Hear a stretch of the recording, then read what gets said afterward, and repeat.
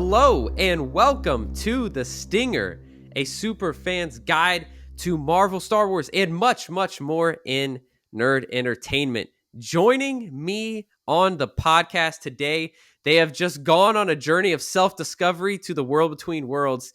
It is Trent Neely and Joseph Sneed. How are we doing, guys? Somehow Thrawn has returned. Except this time it made a lot of sense. That's right, baby.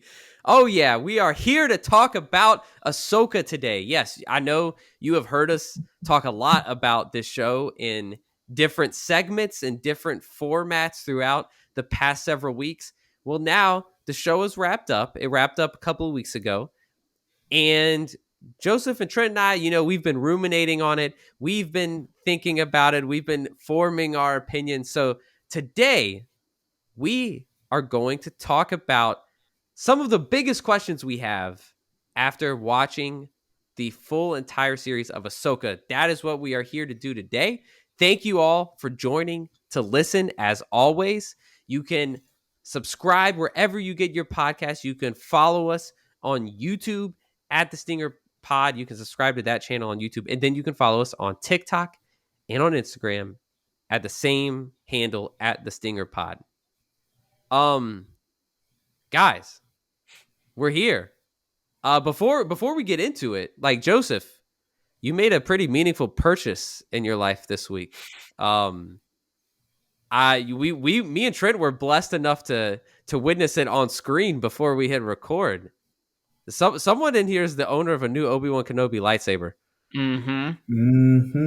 How's it treating you, my guy? It's treating me good. Took me out to dinner. Got the nice wine and cheese. That's right. Ribeye. Yeah, it's treating me pretty good. That feels like a meal Kenobi would eat. He's a man of elegance. Mm-hmm. Yeah. Yep. He'd probably eat it with some random person that he just met, though.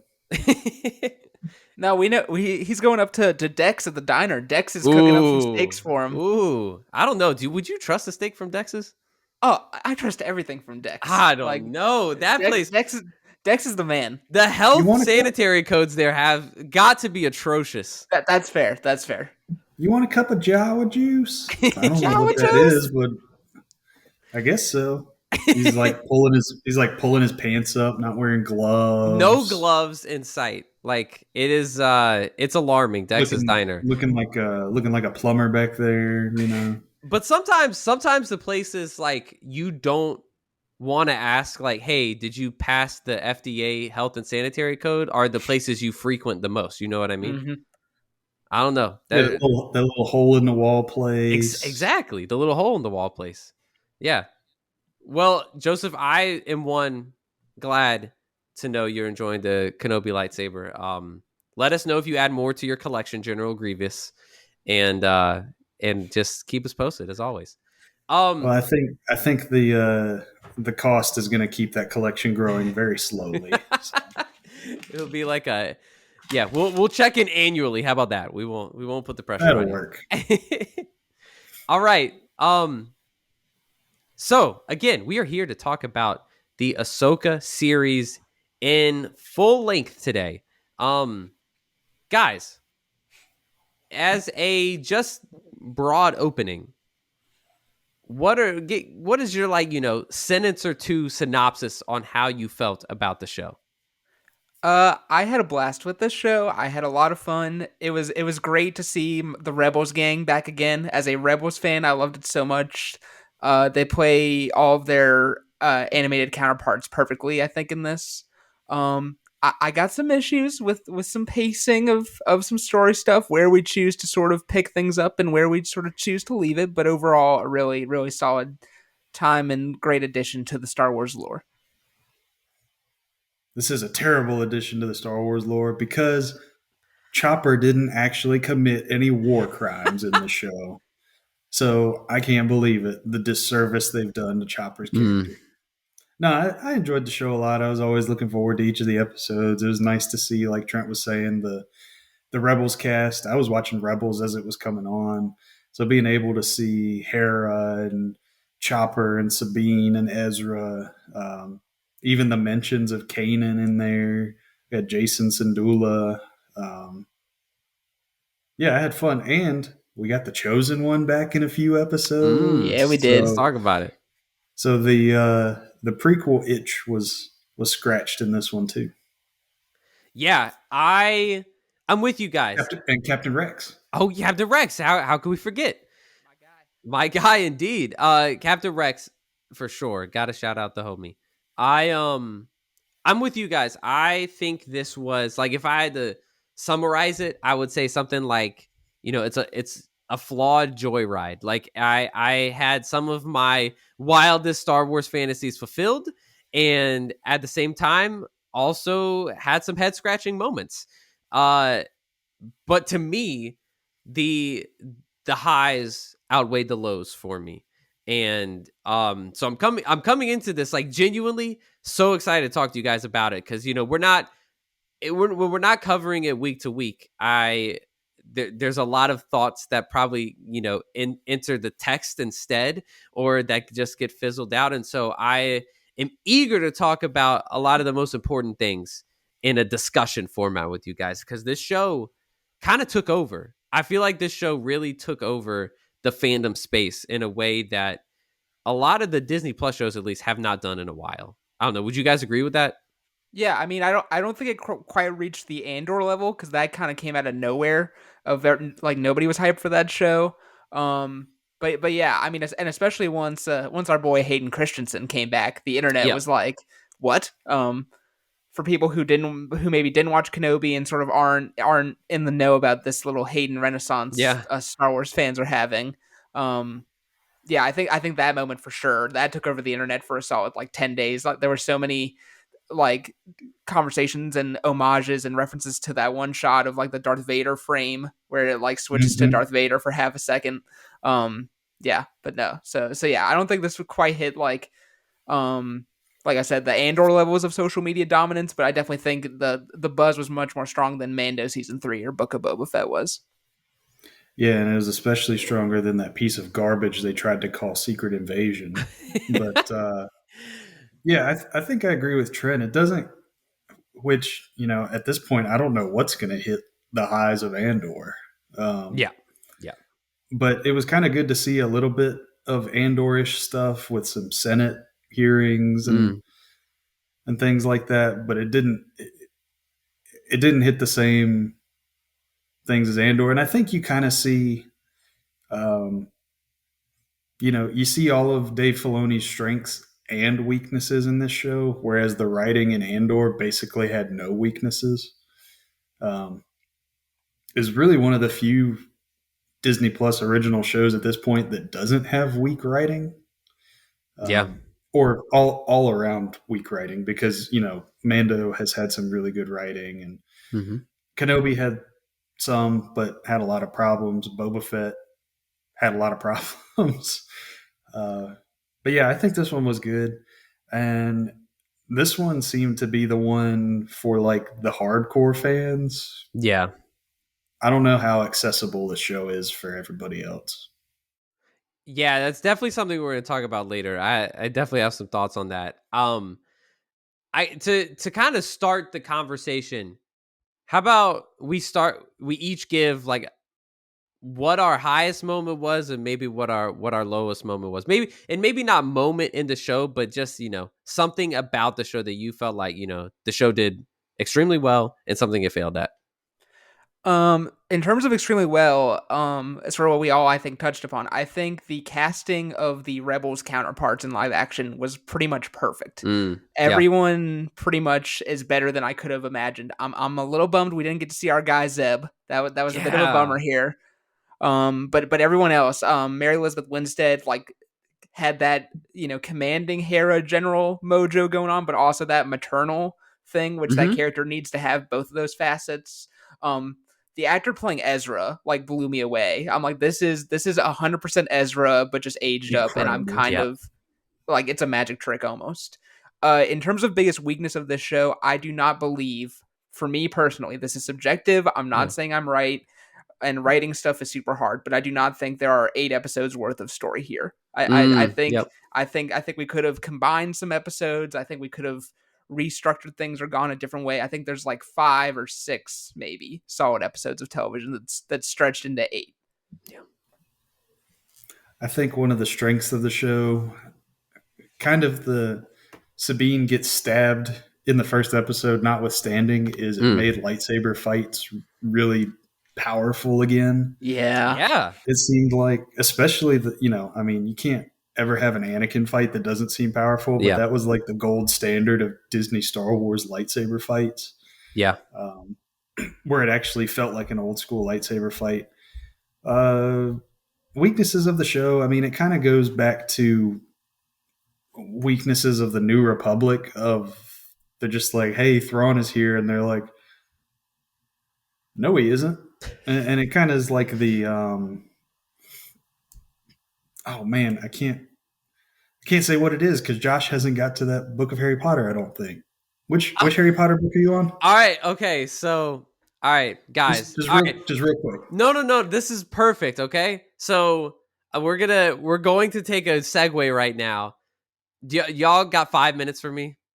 Yeah. We have 5 minutes. All right. Spoiler warning: if you're like me and are just now reading Harry Potter for the first time in their lives, that's what I'm doing. Last night, I just read the passage where Dumbledore dies. Ooh, okay. Man. That's so I'm good. a mess. It's so good. I'm an emotional mess. It's not okay. I read it right before going to bed, which was a horrible decision, and I don't know what to do with myself. It's gut-wrenching. You haven't seen the movies. You haven't seen the movies, have you? No, I have not. Okay. Yeah. Well, that one is one of the ones that they butcher the movie. But you read like Half-Blood Prince is such a good book. It's so amazing. It is amazing writing. Sorry, we'll do a separate podcast on this one day. I just had to share my nerd grievance with you guys. We'll take this offline maybe one day. But I am hurting inside. Okay. Continue, Joseph. Yeah, it's rough. So it's not a spoiler now because I know where you're at because this happens in Order of the Phoenix. The New Republic here is basically like Cornelius Fudge in Order of the Phoenix when people were like, yes. They're like, Dumbledore's back, and he's like, no, he's not.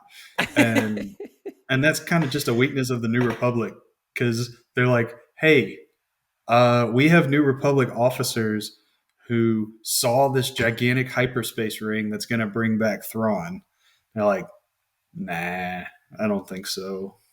Well, it's even dumber than the Ministry of Magic because at least the Ministry of Magic had reason to think Voldemort was dead, whereas for Star Wars, Thrawn and Ezra just went to a different part of vast galaxies. Right. I mean, they were presumed dead, so it's not that big of a stretch for me. I guess.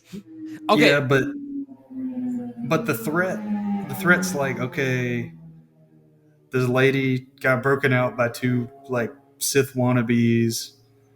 And they built a giant hyperspace ring, and there's a bunch of former Imperials at every level of the New Republic that are trying to take us down. Let's just ignore it. And stupid Senator is the dad of the main character in Resistance, who's also an idiot. Oh, interesting. Okay, that's helpful context to have. Let's do a quick poll real quick. If you had to power rank by levels of incompetence, with 1 being the highest and 3 being the lowest, rank the New Republic, the prequel era Jedi Council, and the Ministry of Magic. I think the New Republic's sitting at a 3 because they're just so confident that nothing bad could be happening and they have no reason to be. The Ministry's a 2 because it's come on, you're really gonna take the gamble that the Dark Wizard of all time isn't doing some stuff, and the Jedi they're a 1 because it's not even really the Council. It's just Yoda is just such a punk that he's just nah, I'm the best Jedi to ever Jedi. Yeah, that's right. I called Yoda a punk. Let's go. So I'm the best Jedi to ever Jedi. There's no way nothing way. nefarious could be slipping past me. Incredible. So I'm gonna take that and completely disagree with it. because Okay, yeah, that's right. I think the New Republic is the most incompetent because Ooh, they're just like we're not even going to have a standing military anymore. So That's actually very true. When that's a Thrawn comes great back point. in, he's just going to steamroll us in like Ahsoka season 2 or something. Then I'm going to go. Actually, I think I'll agree with you on this one. I'll go Ministry of Magic at 2 as like the second most incompetent because like yeah, they had the Order of the Phoenix in there. They had Kingsley Shacklebolt was big in the Ministry. You got Arthur Weasley. That's true. But you also kind of got some infiltration from like Lucius Malfoy. Cornelius Fudge was pretty incompetent, which is why he got the sack. I think I just spoiled it. Never mind. That didn't happen. Um, I'm not sure that you did. I think we'll move on. We'll move on. We'll move on. and then if we look at the Jedi Council, yeah, Yoda made some bad decisions, but also if you look at like the battle, like the field command of the Jedi, they seem to do pretty good. And if we really look at it, Palpatine was pulling the strings, but the Republic pretty much did win the war because They they killed did. Count Dooku and General Grievous, and the Jedi were in charge of the military effort. So I That's mean, fair. they I don't were they were know. they were super arrogant, but Yes, I don't know if I'd go all the way of like more incompetent than the New Republic because I they also will. they weren't fumbling like governing. That's true. That's true. The New Republic is also fumbling governing. Um, but the Jedi Council, think of all of the things they could have like taken more seriously and raised the alarms on. Like they got an entire army of clones for free and didn't bat an eye. Even though That's none of true. them ordered it. No one Like ordered it. No one made the order. They're just like, oh, what a blessing in disguise. actually, sorry, a dead Jedi ordered it, and they were like, "Cool, that makes sense." Right. Makes Oh, no Sypha Diaz, that like weirdo that we thought was kind of crazy. Turns ex- out he was. exactly. They let the fives thing go under their nose completely and just that was weird. And then, the Ahsoka mistrial, they're just like, okay, sorry, Ahsoka. I guess we'll catch you on the other side. Sorry about that one. Yeah, that one was bad. There's a My favorite lot. thing is they're just like, "We're just gonna promote you to make up for that." They're like, Right, "Hey." right. It's like all you get out of all that is you get to skip like the annoying initiation Would you like a promotion? trials. I mean, yeah, that's like, yeah, that it's tough. That the Jedi Council takes the cake for me. I had to ask that question though because I hadn't thought about it. The New Republic is encroaching on their territory though. I gotta say, it's really bad. It's really really bad, and they've got Leia Organa and Mon Mothma in the building, and yet the rest of the company is absolutely tanking it. So Yeah. You it's know, I'll throw this out there. It'll be controversial. I don't think Mon Mothma is very good at peacetime governing. Ooh, you think she's general mainly. Like that's her No, she's not mojo. a she's not a general. I think she's maybe like a mixture of like a Churchill and like a spy Okay, I got you. I got you. Yeah. interesting. because she's a good figurehead, but she messes a lot of stuff up in the New Republic. She basically lets the First Order grow because she doesn't kind of hunt down and completely annihilate the Empire. I see it, Joseph. Like And I'm kind of with you. immediately after the war, she's like, "I want to cut our military by like 90%," and everyone's like, "You want to do what now?" I mean, because Yeah, she's like, we'll just let individual planets deal with it. And, I don't think that's a great idea. A year after a giant galactic civil war, we don't have to occupy places, but we should probably have like a fleet or two or it's 500. I think it's a really valid point. We can come back to the New Republic, um, later in this podcast. But I that's an excellent point, Joseph. I'm with you on it completely. Yeah. No, very astute. For me, I would say that. I actually there's I think there's a lot of things that are mixed for me. I think that's why this like me coming up with the best thing and a worst thing is hard because a lot of things worked well but not like perfectly for me. I would say probably the casting, similar to you, Trent, is what was the best attribute of it. And I think the other thing I could point to is truly I think it gave us one of the single best episodes in Star Wars TV ever. And it's hard to compare it to a movie because it's just a single TV episode. Um, but I'm even saying like count the animated shows as well. I really think that World Between Worlds episode was top tier Star Wars, and we may not see anything like it again. It was special to me. So I It's up there with the Marshall. that's what I'm saying, Joseph. It's in the Marshall territory. Like it genuinely is. I loved it. And I think similar to you, Trent. So I'm gonna amend what you said about like there's not 8 episodes here. I agree. I don't think there's 8 episodes worth of story here. And at the same time, if you had truncated everything to just be the most essential scenes, and maybe you get down to 6 episodes, I still don't think that's a fulfilling story. It Right. it felt way too part one of a larger story than I feel like we should have gotten for a full live action television series. I mean I think like comparing this to even like some of the animated shows, this feels like not even a full season of those. This feels like maybe a half a season of an animated show. Right. No, I mean, I made the comparison to you guys, and I think I stand by it. Where once Quantum Mania came out, a lot of people were like, "This movie was fun," but Yeah. it feels like it's setting up a lot just for the Kang Dynasty more Yep. than standing on it. And I kind of feel like, assuming, I mean, this is speculation, but assuming that the Dave Filoni Mandalorian movie is going to be a lot about Thrawn, I do feel like this show was, hey, let's get a lot of the stuff that would normally be exposition in that movie out of the way here, Yeah. and Yeah. then the movie can start. And I'm like, okay, that's great, but shouldn't a thing stand on its own? And I don't know what the right answer is with that. Maybe we just are living now in a post MCU world where like we accept that our entertainment is much more episodic, even when it's supposed to be a limited series and it stands alone. Like, Yeah. I don't know. I'm not sure. I'm not sure I know what the right answer is to it, but I just it didn't feel like a full story to me. Um and so yeah, I think that probably does a good job, including our long tangents of summarizing how we all feel about the series. And today we're going kind of round robin here. We've accumulated a bunch of questions to kind of discuss. So Trent, what's the next question on our agenda today?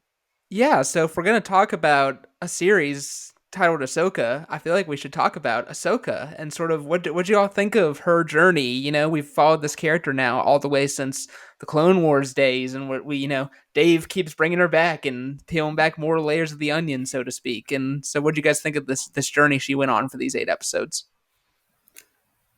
I don't think there was a whole lot of an arc for Ahsoka Mm, in this one because we hadn't seen what made her have her fallen out with Sabine. I mean, they mentioned it that she didn't let her go to Mandalore when everything was going on, but it seemed like, which we'll get to later, they shoehorned that in so Ahsoka and Sabine would have some conflict. We didn't really understand her being able to be cool with Anakin mm, because I guess we kind of implied that Luke was like, "Hey, he turned good again." But even in the World Between Worlds episode, she's like, she's kind of taking some shots at Anakin, like, "You're Darth Vader, buddy." But then she's also like, "Hey, Master, it's so good to see you." And I'm like, I don't know how I feel about that because I feel like she'd either be really, really angry with him or had moved on and wasn't going to be like taking shots at him, especially because he's dead. But I don't think she had a whole lot of growth in the series from what we saw in like the Mandalorian and the Book of Boba Fett. And I think in some cases it's almost like there's a little bit of a disconnect between the three, well, not the three shows, but between this one and the two other shows. And her story seemed to be about moving on past stuff, Mm-hmm. but she was moving past stuff that it seemed like in some cases she'd already moved past, like with Interesting. Anakin. Because sometimes she'd be like, "I don't want to talk about Anakin," and then in the next scene, after the World Between Worlds episode, she's like, "Man, I sure do love training with hologram Anakin. Do it all the time." Yeah, So that's true. I don't know. I think and we look at the Ahsoka the White thing, where it's a really interesting concept, but I don't think she was that different between Ahsoka the White and Ahsoka the Gray. And I mean, you look at Gandalf, who's not very different personality wise, but he gets like a major power upgrade Yeah. between Gray and White, and hers is more like a rebirth out of her World Between Worlds baptism. Yeah. And so I don't know. I just didn't see the actual character growth. And I'm a little disappointed because they wanted to treat it like character growth when I don't think she really needed that much to grow into. I think they could have played into the situation more as what she's struggling with, not just an internal character thing, especially since they didn't give us a scene with her and Luke and Anakin talking. Okay, this is interesting. I'm going to disagree with you a little bit because so to for those that don't know, the Ahsoka the White thing that Joseph's talking about, like it is very clear in interviews that Dave Filoni has given and literally just the way the character Ahsoka is dressed throughout the second half of the season that um there's supposed to be a clear transformation from Ahsoka the Grey to Ahsoka the White to mirror Gandalf's transformation in the Lord of the Rings from Gandalf the Grey to Ahsoka or to Gandalf the White after he battles the Balrog, right? So we've got the I don't totally disagree with you, Joseph, but where I do feel like I I one of I think the questions I've always had for the character of Ahsoka, and this is after watching her in Rebels as well, is like how does she actually feel that her master was turned out to be Darth Vader? Because we get the scene, we get the episode in Rebels where she fights Vader and she realizes that it's Anakin. But we don't spend that much time with Ahsoka in Rebels period and after that moment when she does show up, it's more so to help out our Rebels friends than to really focus in on her story. So I that was one of the questions like I wanted answered from this show. And to me, there was a lot of like criticism which I didn't really buy into from some fans about how Rosario Dawson was portraying the character of Ahsoka early in the season. And The Mandalorian previously, like this very stoic, very just kind of like serious down to business character that we don't necessarily think of Ahsoka that way when we think about her in the Clone Wars, right? But this is a character who's seen her Oh closest yeah, person. She has seen some ish, right? She has seen yeah. her master become the most feared and horrible man in the galaxy. And to me, the World Between Worlds episode, I don't know if it always executed it perfectly, but I do think it gave us some really clear examples of her wrestling, asking questions that you would assume she's asking. Like, hey man, like are we like is our legacy just what that we won a war when like clearly you're gonna go on to do horrible atrocities after this? Like I think our legacy is a little bit more than that, and like yours looks rough. And it felt like the World Between Worlds felt like her EMDR therapy session where she gets to go into this like metaphysical realm and process all of her grief and then come out the other side so much freer and so much lighter. Where I do agree with you, Joseph, is that I'm not completely sure yet who she is after this. I think that's like, other than seeing that she has processed her grief and trauma and kind of unreconciled questions about Anakin, I don't know who Ahsoka is as Ahsoka the White. Yeah, I mean, I feel like the show wanted to say that, like, after I sort of agree with you, Josh, where it was like the whole world between the worlds thing is like her finally coming to terms with Anakin. Because I saw a lot of posts where it was like they loved Hayden's whole arc and performance there because it's like he plays all of the facets of Anakin, right? Yeah. Like now that he's dead, he can go from like the teacher to like the dark side Yeah. mode and then back to like friend and all of that. Like he's at peace with all of those facets of himself. And I thought that was a really cool way to wrap things up with that character. And then Ahsoka realizes that too. It's like, okay, like, yeah, we all have that sort of light and dark thing in us, but it doesn't define us. And then post that, you do see she is more willing to like crack jokes and stuff like the Ahsoka we know from the animated series. And then I feel like the show wants to say that she just becomes like the ultimate teacher and like mentor after that, where like she's not super dunking on Sabine for like, you know, letting Thrawn escape and all those things. And she's like, you know, we are where we're meant to be at this moment in time. And I feel like the show wants to say that she's going to become maybe just the ideal mode of a Jedi teacher, but I don't know if that's what you build a limited series around. Like, yeah. I mean, especially when the show's also trying to communicate Thrawn as a threat and right. reintroduce us to Ezra and the New Republic. And I also think that, you know, the first episode is called Master and Apprentice.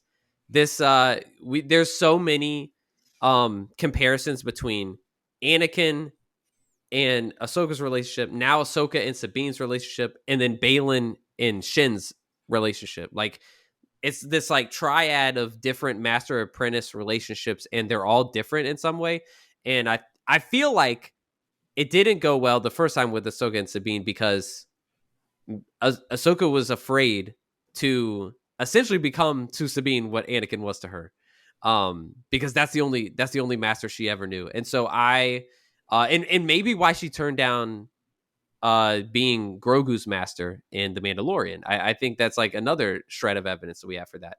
But like, I don't know. I'm with you in being like, did we get there in this show? Like, do we believe that now Ahsoka is ready to be the teacher? And I don't know. We'll have to see. I don't know. I don't think we got enough time with Ahsoka and Sabine to really dive into that, or to know that answer fully. Yeah. Joseph, do you have any counters to what we've had to say? No. All right, cool. What do we have up next on the plate, Joseph? Yeah, so we got how do we think this series stands on its own as opposed to a continuation of the Clone Wars and Rebels? So there's been a lot of debate about this, right? Like since this show premiered, like people have been debating, like, do I need to see Clone Wars and Rebels? Like, why is Star Wars and Marvel making me do like homework to watch their new shows? My sitting on the fence semi take on this is I don't actually like. I think you can totally watch this series and not be confused by the plot at all. The show tells you everything that you need to know before, like, about these characters that you learn in other series, and like you understand like why Ahsoka and Sabine are together and like where they're going and what they're doing. You're not literally confused. Where I think the hangup is, and I wish I knew more people who had not seen these animated shows and watched Ahsoka, because where I think the hangup is if you are not emotionally connected to Thrawn and Ezra, you are wondering why we are spending 8 episodes trying to find these two dudes. Yep. And I don't think we spend quite enough time with either of them, these final 2 or 3 episodes, whatever ended up being, to justify. I don't think Ezra was shown to be important enough, and I don't think Thrawn, as great as he was, I don't think Thrawn was shown to be the thread that we know from the animated show that he is. To be like, oh yeah, now I see why it was a big deal that they can't let this dude off this planet. I think that's where the disconnect is going to happen for a lot of people. So, so my dad is one of those people that did not watch the animated series, and he watched one episode And every week there was a new episode. I would call him and be like, "Have you watched?" And he's like, "Nah, like I just haven't gotten around to it." Um, and his thoughts on the first episode was and also like I did not enjoy the first episode of this show. I thought it Neither was did I. very clunky, and he was like, "It's just like weirdly slow, and everyone's just like meandering around." And to me, that's the I know that's just the first episode, but I think more people who didn't watch the animated series that watched the duration of the show would probably say this show's not good enough to really compel me unless I've seen Rebels. That's kind of my thoughts on it. I think Mhm. so much of what we should care about these characters weighs on what we know about them in Rebels and in Clone Wars. And if you haven't watched either of these shows, then ultimately, like ultimately these characters are just new characters, and some of them are really fun, but you don't know exactly why you care so much about them. And I will ask this question to you both next. Do you feel like Thrawn was as imposing of a character in this show as he was in Rebels? No, and I think the problem is, and I didn't really think about this till I saw some memes afterwards. But the show, and I get why they did it because it does make sense for some of the plot reasons. But they made him so dependent on the Night Sisters in the series, Mm. where like he would just be on attack. Like for somebody who doesn't know Thrawn from Rebels and Clone Wars, right? I could totally see you watching this show and being like, "This is a dude who is supervising one thing being moved from a planet to a ship as they're packing up a ship to leave." And then being like, "Oh, we're in trouble. Let me go ask these people to do magic." Like that's all he Yeah. does, Yeah. seemingly in a literal way. The entire series that he's in, and yet this show sets up this idea that he's supposed to succeed Palpatine, who shoots lightning from his hands. And I think if you're somebody who hasn't seen Thrawn be the master manipulator that he is in the other shows, you're like, "There's no way this dude is like the next thing." Yeah. Yeah. Yeah, Again, I no think dig on Lars Mikkelsen. Like he Right. is Right. perfect as this character in the animated. He was. I thought his performance was great in this show. Like the vocal intonation is spot on, 100%. He still has that vibe, cold Pat. I just don't. I think the Dathomir sisters is a bit too much of a thing. yeah, the Night Sisters didn't really bother me, but this is like a primer on Thrawn Yeah. because you're like, okay, everybody in the New Republic that's taking this threat seriously is like crapping themselves at his name. And when you see him, he's like, oh, his Star Destroyer's like falling apart. Yeah. And he just kind of walks around and talks really slow. And he didn't do a whole lot of kind of what Thrawn is known for of like, I got to figure out what their art looks like and then I'll take them out. And Yeah. he kind of mentioned it a little bit about Ahsoka. He was like, I want to know where she's from and who her master was. And you see that glimmer of who Thrawn was when he's like, her master was Anakin Skywalker. We need to call everybody up for this. And that's kind of like the hint at Thrawn that you get because he's like, oh no, we're not taking any risks with Yeah. her. We Yep. will like send everything we have to destroy her. But you don't really see his, and I think part of it is just because it was a smaller scale. But they don't have any of his like fleet tactics, which is really what he's really good at. Yeah. So the witches didn't bother me, but also I don't know what they would have changed to build up Thrawn to be a bigger threat, other than having everybody be like, "Oh no, he's a giant threat." Because And I it's think just that's just something they'd have to restructure the entire yeah, show to actually get it across like that. completely agreed. Because I think you need more time. He's not like a Thanos where he can just like flex his muscles and might and powers and intimidate you that way. Like Thrawn is a strategical character, so he's got to have the time given to show that he's always one step ahead. Because I think that's what they were trying to do, but to me, it just felt like everything he tries keeps failing, and he just happens to like have a head start against these characters by having been on this planet for longer. That's to me like, and that's how it came across. It wasn't like, oh, I, Thrawn has definitely thought through everything already. It was just like, oh no, I think he just had a head start. I think the worst failure they did with Thrawn was when uh, Ahsoka, Ezra, and Sabine are riding their little wolves up to the tower, and he's like, "Fire everything we have at them," and they completely Yeah. miss. And they get up to the Yeah. tower, and they're like, Yep. "Oh, we're good." And I think that would have been better to just like not even fire all the cannons at them, I and just agree. let the zombie stormtroopers keep Right. fighting them. Right. Which, by the way, that's incredible. Can we just say the fact that we got like zombie stormtroopers and Yes. start like in a live action thing? Like that was like I love when Dave just lets the like the weird corners of Star Wars flex themselves. Yes, and he does just like whatever he wants, and it's crazy. Yeah, zombie stormtroopers, I'm here for. Like, please don't take those away. I think they're fun. You know, we had the zombie Night Sisters in the Clone Wars, Yeah, we Right. did. That's so true. That's true. Yeah. Um. Okay. Another question we have, kind of looking back at the show, and then we'll get to some more forward-thinking questions, would be what do we think of Sabine's force abilities? This seemed to be a point of contention amongst the fans. And I know myself, I was back and forth on it watching the show. Like, do I want this character who has never shown force sensitivity to now be able to wield the force? What do you guys think? So my opinion of this is I'm actually really okay and actually really cool with the idea of that like everyone can use the force a little bit.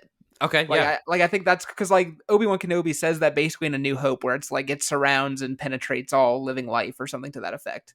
And so I kind of like the idea that maybe in this universe maybe that's why some people are really good at like archery is the force even though they don't think of it that way, but that's what it is. Or Mm, maybe why somebody's really good at like piloting, it's not necessarily the force but it is like that's the actual explanation.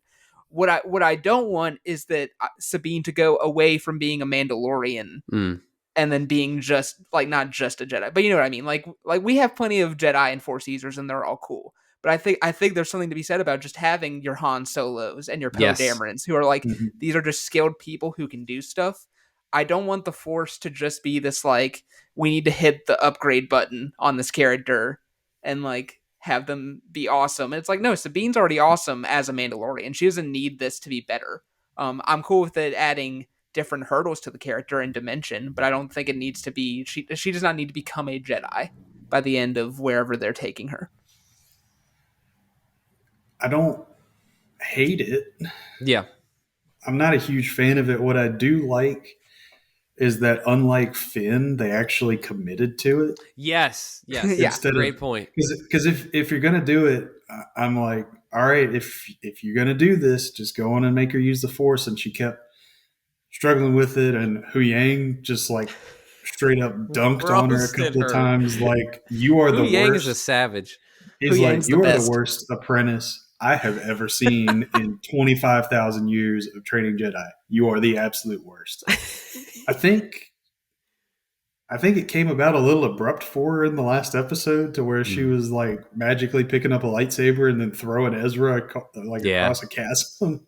Yeah. I think they should have done something where what she uses the Force to do is just get the lightsaber Yeah. in this one. Yeah. I think her getting the lightsaber would be enough for the season, and then they could build on it and be like, okay, she can do this, but she's not doing crazy stuff yet. And kind of what happened with her getting the lightsaber is we see her like really struggling to get the lightsaber.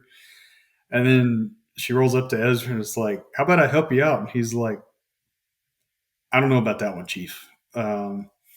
She's like, no, trust me, I got you, fam. But I don't hate it, but it's not really where I wanted it to go. Because it's almost like, oh, she has a lightsaber. She's got to use the Force, which I didn't think it was the most interesting thing they could do. And again, Yeah. I think it was another thing where they needed to have some tension with her and Ahsoka, Hmm. and that was what they came up with. Well, what I don't like is that it seems to create the insinuation, right, that in order for Ahsoka to be a teacher, like Sabine has to literally be her Yeah. Padawan, and I'm like, you can Mhm. have a mentor mentee Yep. relationship just because Ahsoka like just gets Sabine and knows how to teach her. And like I don't yeah, I think it's the thing of like we needed to do this so that we could justify pairing them up. And it's like no you didn't. Yeah. Yeah. You could have said, hey, they would both like to go get Ezra. Yep. And instead of them kind of having these arguments for 2 episodes, they're like, "Yep, we've got a lead on Ezra. Let's go get it done." And maybe in that fight, you still have them disagreeing, where Ahsoka's like, "We have to destroy this map," and Sabina's like, "I'm good. I want to go get my friend," and they can still have that disagreement without some kind of big master apprentice fallout.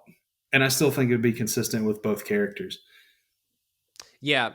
I to me like episode 3 was a perfect scenario for what you guys are talking about, where Ahsoka is doing these like insane jumps off of the ship and is blocking other ships blaster fights with her lightsaber in the sky, like in space, and Sabine is working her magic with her supreme technological knowledge inside the ship trying to fix the Mhm. ship. That that's the kind of that's the kind of master apprenticeship that I think could work between these characters. Even still with Sabine having the limited use of the force that she has. But we'll see what happens going forward. And if we look at Sabine too, we talk about the Jedi not wanting to train people that are too old. Sabine is in like her late 20s at this Yeah. point, Yeah. Yeah. and it didn't work out great the last time. And she sucked at using the Force. It's true. It's true. So I I think we'll have to see. We'll have to see. There's a lot of story I left. think I think they did. I'll say it this way: I didn't really like the change that much, but I think they did the best with that Yeah. decision that they could. Yeah, I would agree with I that. agree with that too. Yeah. Okay, so I feel like, before we hit some of these like more theory kind of questions, we've been definitely very critical on our episode today. So maybe what are some things that we haven't talked about that you really liked about this show? Because I feel like we all came in and we're like, yeah, like we liked it more than we disliked it. Yeah, I mean, again, I think the performances were really great. Kevin Kiner's music Oh, is yes. on point as you like. I've been blasting that end credits music everywhere I go. It's just like it's so like Game of Thronesy almost. Ooh, yeah. Um, that's really good. The action I thought was really solid in this. I think that Balin and Ahsoka's fight is one of my favorite lightsaber fights we've had in a while. Just like they're both like so calculated and like measuring each other and changing their stances throughout that Mhm. fight. I think that's really cool. The fight between Ahsoka and Morgan Elsbeth was really solid. I thought Yeah. the final one Yeah. where she has the awesome Night Sister sword thing. And yeah, just great visuals too. Like Josh, you said, like we got to see Ahsoka chop down a TIE fighter in space. Like Yeah. the 10-year-old Star Wars fan in me can't not love that visual. So Mhm. yeah, no, I think from a pure performance standpoint and technical standpoint of like how everything looked, sounded, the music and the action, like all of it was made incredibly well. It's just I think for a lot of us, it's like we hold Dave Filoni, and I'm including myself in this, on sort of this unfairly high pedestal of like he's the greatest Star Wars storyteller there is, and then for Yeah. just the fact that there's like some not even bad, but just like wonky things with the plot, I think it feels like a bit of a harsher letdown to us people who love Dave Filoni stuff so much. Yeah.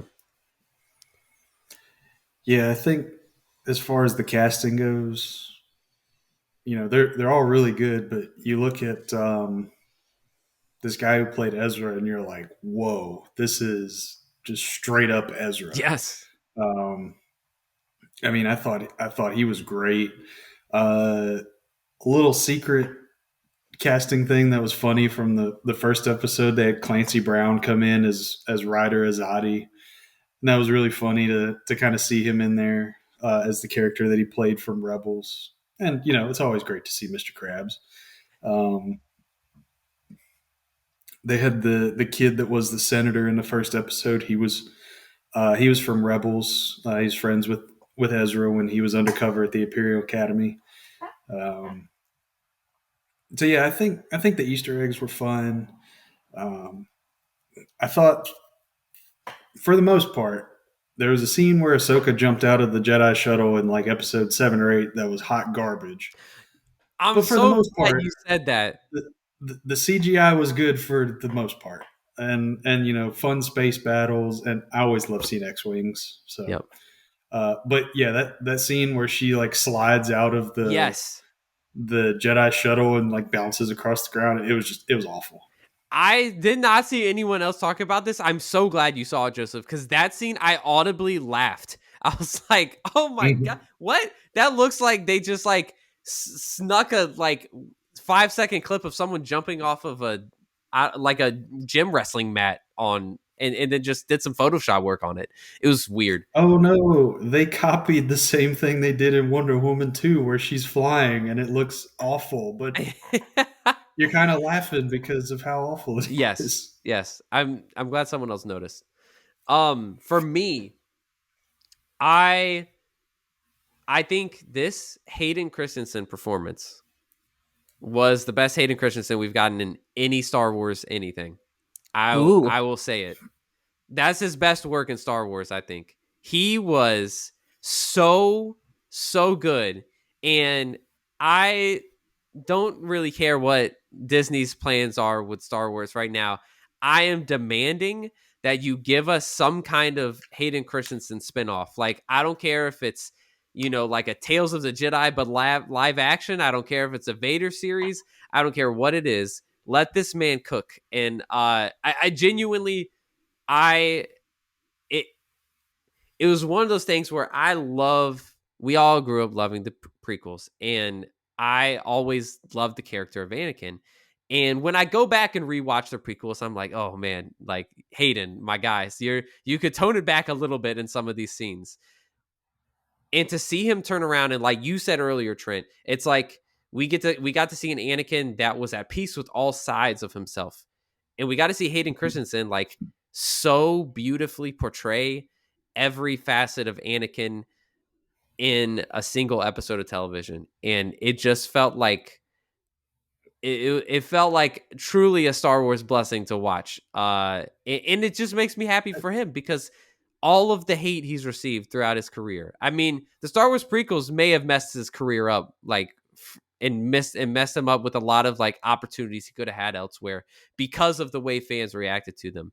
And it just feels like, justice was served a little bit by Hayden getting to cook in that episode. It was incredible. And we do need to mention because I was like, yeah, seeing Ezra was like it was like seeing animated Ezra, but the way Hayden like went back and forth between like his Anakin and like Matt Lanter's Anakin from the Yeah. Clone Yeah, Wars yeah. was like seamless, and you're sitting there like, wait a minute, he sounds like animated Anakin now Yep. because he has his two scenes in the flashback, especially the Ryloth one, where I'm like, this is straight up like Anakin shenanigans in the Clone Wars. Yeah. Yeah. And the Clone Wars armor just it looked amazing. It looked so It good. did. It did. He pulled it off so well. The other one, which I'll use this as a segue into our next question, would be Baylan Skoll as a character.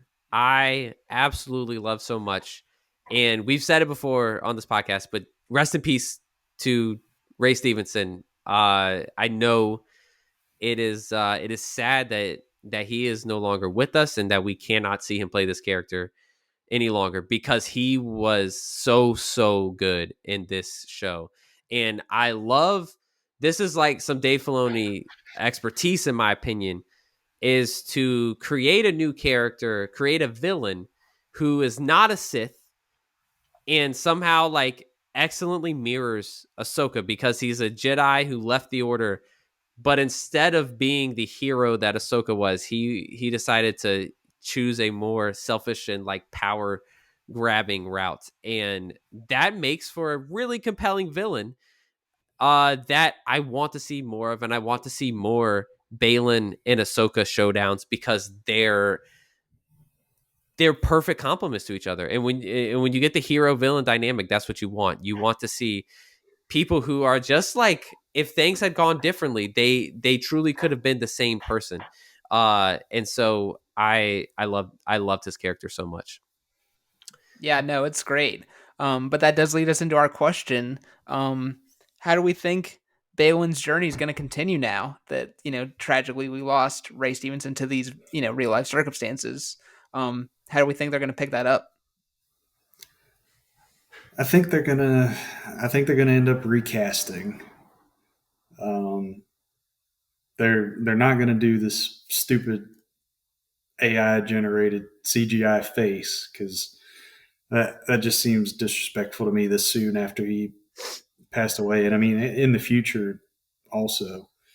Um, so I think they're going to recast. I don't know who they would get. I've heard this is just fan casting of Liev Schreiber maybe doing it. That could be interesting. I think his journey is going to be he's going to find that they had the flashing out in the distance as he's on the statue of the father and the son, and kind of the daughter statue is destroyed off to the side. I think he's going to go find the Mortis gods because we saw Morai flying around in I think the last episode, and Ahsoka was like, "Huh, that's interesting." But he's going to go find the Mortis gods and maybe learn some things about the Force. I agree. I think, yeah, I agree. I think that is what he's going to do. I feel like, it almost, because when I think of the Mortis gods post that scene that we get in or the series of episodes that we get in the Clone Wars, the next time they pop up is the World Between Worlds and Rebels, and it makes me think, what if there's another portal to the World Between Worlds on Peridia, and that Balin has his own World Between Worlds experience? I'm into that idea a lot. I think that would be fascinating.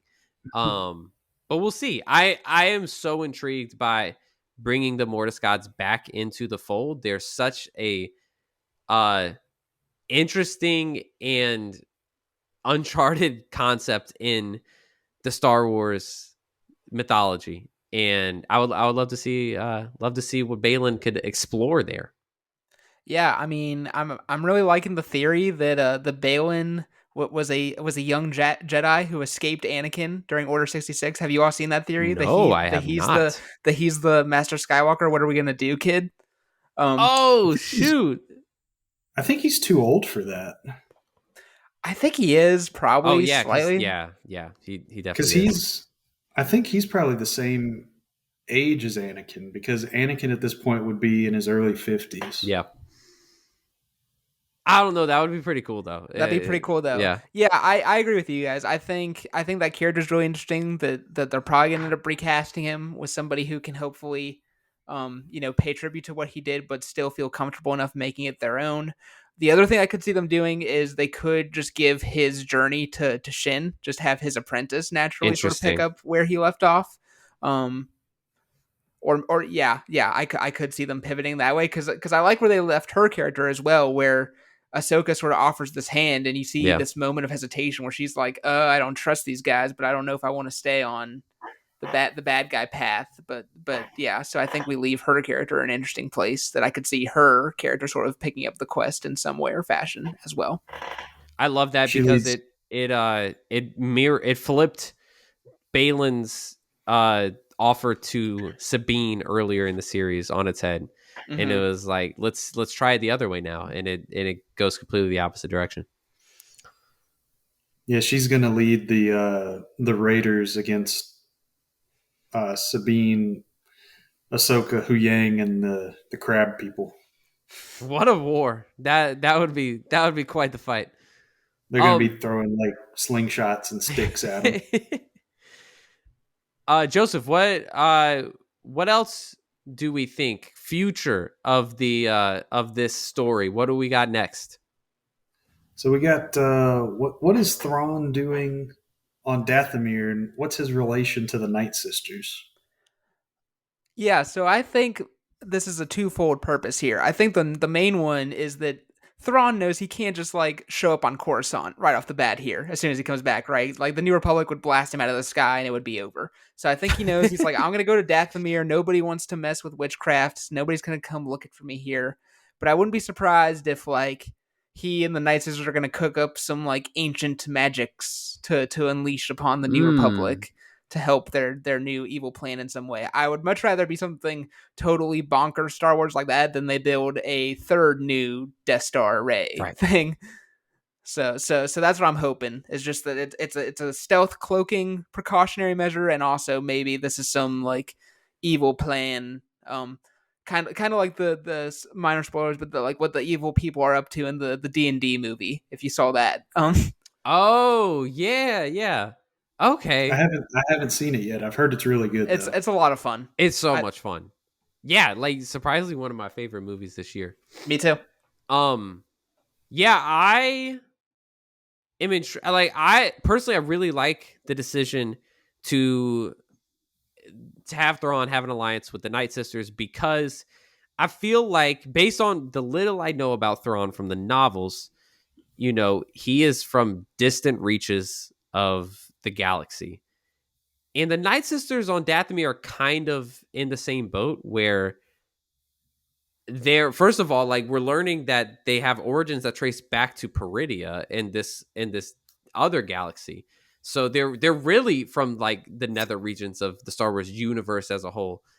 But in the galaxy that we know, like they have not had a presence like some of the other factions in the galaxy have had. They haven't had like a Mandalorian kind of presence in the galaxy where the Mandalorians are at war with the Jedi, then the Jedi are helping them and they're super involved. Like the Night Sisters are a little more dealing in the shadows. And I like that because that's it just reminds me of Thrawn a little bit. So I don't know if I can offer that much more than that, but I think the pairing is smart and I'm intrigued to know more. Joseph, how about you? So as we look at Thrawn in Rebels, he has two major defeats that he's present for. Obviously, Governor Price messes some stuff up while he's gone in season 4, but at the end of season 3 and at the end of season 4, he has two major defeats. And the common factor in those two major defeats is unforeseeable Force shenanigans. Yeah. And so he gets to Peridia and he's like, you know what? I am tired of this crap. Let me get with these Night Sisters and be like, hey, you want to be friends so you can help me against these Force things that I don't really understand? Yeah. So I think kind of the deal was they're like, all right, Chief, we'll get you back, but you got to take us and some cargo. Don't worry about it. Back to Dathomir. And he's like, I want to get the heck off of this planet. Yeah. So, yep, it's a deal. We'll help each other. Oh, and there's this guy back in the main galaxy named Skywalker. Oh, there's another one. All right, let's work on taking this guy out too when we get back, and then we go our separate ways. Yeah. I think it's right now a you scratch my back, I'll scratch yours, and we'll call it even kind of relationship. So, what do we think the cargo is? Dead Night Sisters. Okay. Ooh, I like that. That's really the only theory I've heard. Trent, do you have anything else you've seen? I don't. I have not seen not a lot of people talking about the cargo. Everyone's just talking about that final Hayden Christensen cameo there is what I've been seeing a lot of Yeah, these past few that days. was special, yeah. But yeah, the Fallen Night Sisters is interesting. With the hope that they resurrect them on Dathomir? That Yep. All right. interesting. That's very interesting. And then cuz then it's like, okay, so what is Thrawn going to command an army of Night Sisters? Is that what we're getting all toward? Like that would be crazy. It really does when you start to like actually think about all the things that are starting to pop up. It really feels like Dave Filoni is assembling his board, his board game board with every piece of Star Wars mythology that he's created or included in his content, all to be meshed together in one ultimate climactic movie. That's kind of what it feels like. And with that, maybe we'll wrap up with this question here. And that is, what speculation, what guesses do we have as to how this first season of Ahsoka is going to tie in with Dave Filoni's movie? So obviously, I think this Dave Filoni movie is going to be all about Thrawn, and everybody has to deal with Thrawn's reemergence. Obviously, you gotta get Ahsoka and Sabine back. I have a couple different theories on how that's going to happen. Obviously, it could just be as simple as Ezra reaches out to his Purrgil friends again and is like, "Hey, let me go give them a ride." I think that final cameo by Hayden could be more telling than people think. I think I could see Hayden Christensen showing up to a certain son of his, being like, "Hey, man, Ahsoka, like, you need to go to this other galaxy and help her out. Like, she's in a tight spot." And I could see that's how we get Luke in this journey. Yeah. So yeah, I think it's gonna be that. And then we know we need to get Mando and Grogu involved. So I'm gonna jump on board with a big fan theory from the end of Mando season 3. I think at some point in Mando season 4, which I think will come out before this movie, we're gonna learn that Moff Gideon is still alive, and that he's working with Thrawn. And so Din's like, okay, in order to get rid of Gideon and his obsessive quest to get Grogu's DNA, I gotta take out both Gideon and this Thrawn guy. And that's how the two of them are going to get involved here. And then yeah, I don't know. We don't know about Skeleton Crew yet, but we know that they're like the final show piece of this that's gonna all fit in here. And then yeah, I think we're gonna get this epic space battle. And I think unfortunately they're gonna kill my boy Zeb in this Mando movie. No, not Zeb. They can't. They're gonna kill Carson Teva. Oh, they are going to kill Carson. That's going to be brutal too. That almost feels worse. Like, dang. They've really given him some moments in these shows. Yeah. Joseph, do you have any theories? I'm kind of on board with Trent. I think, though, the movie is going to get a lead in like how the end credits scene of Ragnarok is like, there's like a gap and then the beginning of Infinity War. And that's what I think Thrawn's movies. I'm like 100% sure it's going to be called Heir to the Empire. Yeah, after the books. I'm feeling that. Yeah, I think I hadn't thought about it, Trent, but I think it's a good idea to have Luke go get Ahsoka and Sabine, because Luke has like a Force compass at this point that he could use, and I think may have helped him find Ahch-To, where the first Jedi Temple is. There we go. I think Mando season 4 is going to be a big build for the movie, since he's going to be like contracting for the New Republic. Skeleton Crew, I think, could be the way we get Ahsoka and Sabine back into the main galaxy if it's not Luke, because I think the Skeleton Crew is going to be in Peridea also. They're going to get up to some like Star Trek Voyager shenanigans. I think I've said shenanigans 3 times today, but they're going to get up to some Star Trek Voyager hooligandery in Peridea and get back. And, I don't know what else we're going to see, because, Rangers of the New Republic is kind of dead. But I think we could get another separate show in here that could be really interesting, because I think we're going to need a couple of prep shows before Thrawn kind of starts his campaign in the movie. Because remember, the Heir to the Empire books are books. There's 3 of them. That's true. And they have a lot of stuff going on. There's like a clone of Luke, whose name is spelled Luuke, and there's like a clone of a Dark Jedi, and his name also gets a second U in it. So I was wondering if Baylan doesn't come back and kind of be that Dark Jedi presence for Thrawn, because I think it'll be heavily influenced by the books. I think the next thing we're going to see Thrawn in is him like laying waste to a planet, or getting back with Captain Pelion, who was in Mando season 3, and then being like, we're getting the band back together, boys, Yeah. and going and getting all the Imperial remnant. Um, I think we could get a secret New Republic show about That's kind of the interesting. government of the New Republic. Um, and I think we'll get an Ahsoka season 2. Yeah, I think we're definitely getting Ahsoka season 2. Um, there's a part of me that is like, what if whoever the skeleton crew is, what if they're the ones who take Ahsoka and Sabine home? But then I have more doubts about that because I think Ahsoka season 2 is going to want to have both Ahsoka and Sabine and Balin and Shin on the same planet at the same time. Um, it's just kind of how I see that unfolding.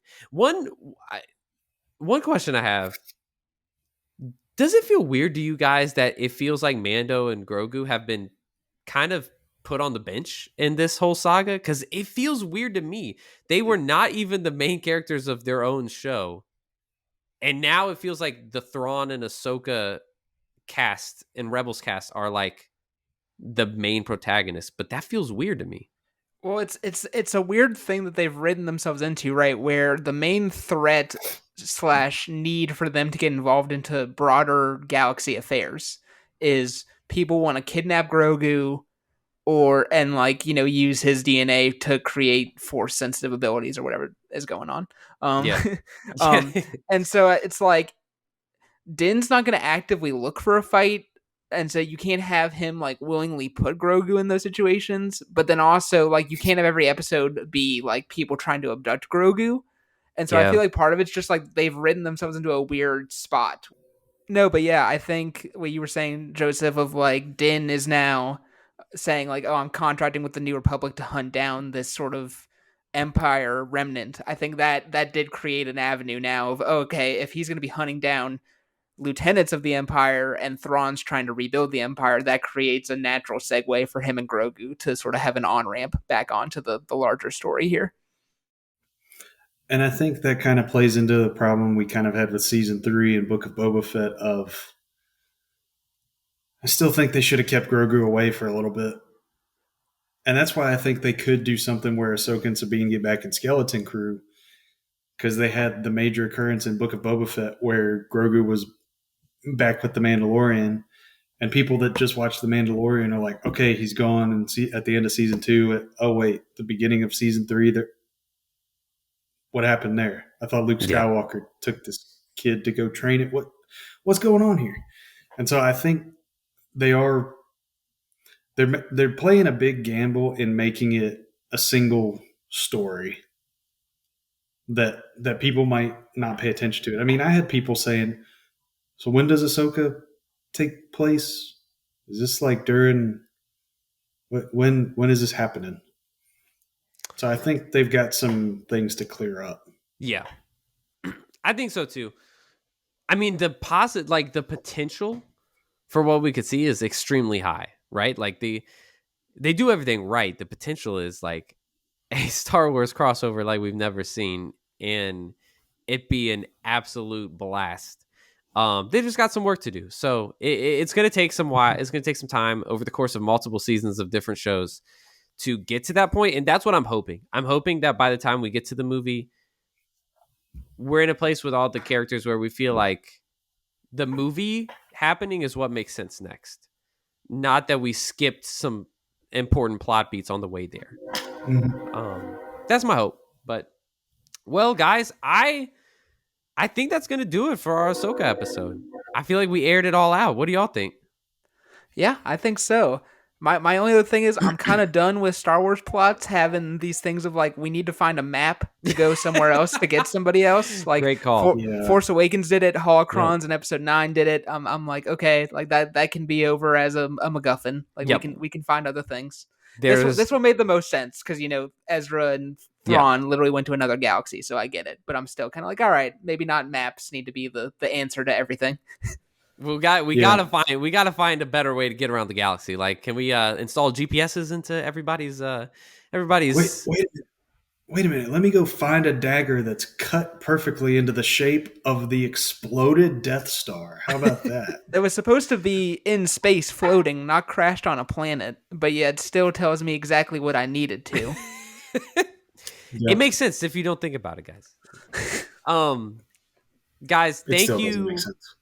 thank you so much for enlightening us all with your thoughts and opinions on Ahsoka. So I feel like we can close the book, and we're moving on to Loki territory now.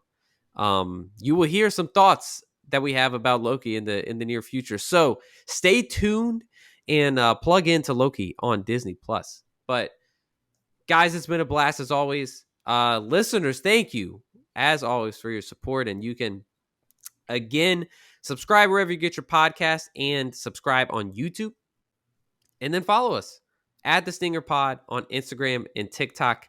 We will be back soon talking more fandom entertainment. So thank you once again.